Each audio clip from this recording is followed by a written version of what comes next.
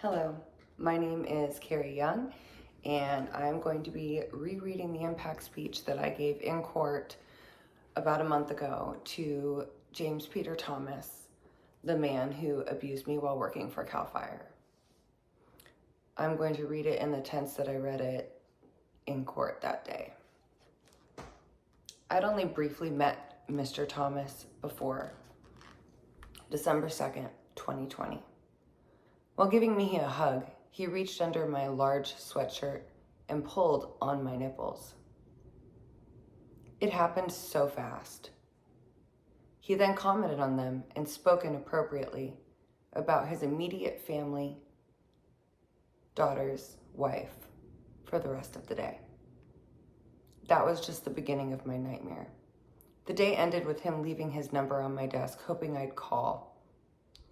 I didn't understand it then, and I don't understand it now. I had no clue the impact of his actions would have on me and my life and those around me.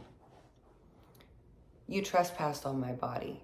You made a conscious decision to do something terrible. That's my dog growling, and that's right. I was very naive to how this would go. I thought since you admitted it all, that you would take responsibility, but I was so wrong. You have dragged this out every month for almost 3 years, putting myself, my friends, my coworkers, the community, and this court through all of the stress of possibly going through a trial. All because you couldn't man up and end what you started. Unfortunately for you, accountability is not negotiable. Today doesn't make you guilty. You've been guilty. This path to justice should not include more trauma. I thought this was my fault for so long. I wished I'd fought back or yelled at you. I hated every fiber of who I was. I pushed away all of the good things that make me who I am, until I realized it had nothing to do with me. What happened to me changed my brain forever. I was diagnosed with PTSD and bipolar disorder.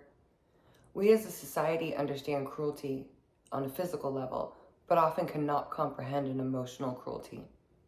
No one is emotionally equipped to handle this. I lost 40 pounds almost immediately. I couldn't eat or sleep for months, and still struggle with that every day. I haven't been able to sleep in a bedroom since that day.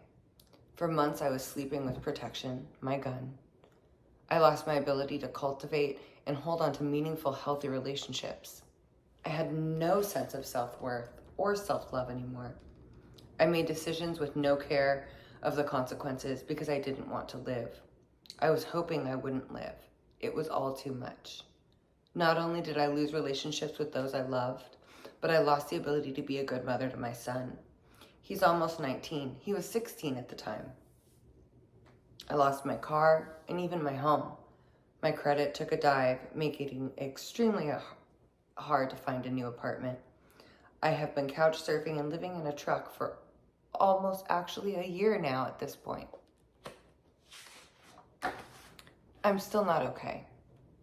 I had to learn my mental health is all that matters. Staying alive and finishing this fight matters. My immediate boss, Chief Paul Province, and my coworkers showed up for me in ways every survivor would pray for. Every victim needs an advocate, like him, every step of the way.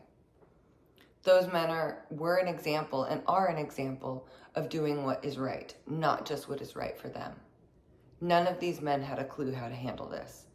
Men like this are the key to changing the narrative. I'm a big believer that men are the answer to change because men are the problem. I should never have been in the same room as that man, period.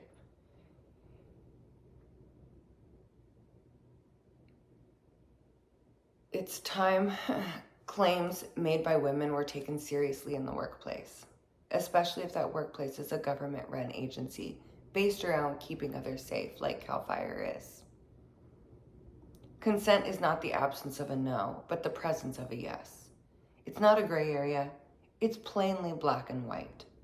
It's not a line that's accidentally crossed. It's a deliberate action taken. A man who cannot control his actions is the definition of weak. I shouldn't be the only one outraged that he was still around to do what he did after multiple assault claims against him. The community should be outraged. He was the guy training your daughters in her dream career, or the guy called to help when your family is injured and you call 911. It hurts this wasn't avoided for me, but I am overjoyed my speaking up will warn others of who you really are. A predator. There is so much growth needed everywhere I look in society. I really believe this situation could have been an example of what to do in these circumstances because of my boss and coworkers' response. I quickly learned that was where doing the right thing ended. Instead, this became a story of cover-ups, lies, corrupt patriarchy, invasion of a victim's privacy, and straight-up bullying. At the end of the day, I can only pray we not only have an ending to this chapter, but the start of a new one, consisting of accountability, honesty, and getting back to the basics of treating humans right. That was the end of my speech, but definitely not the end.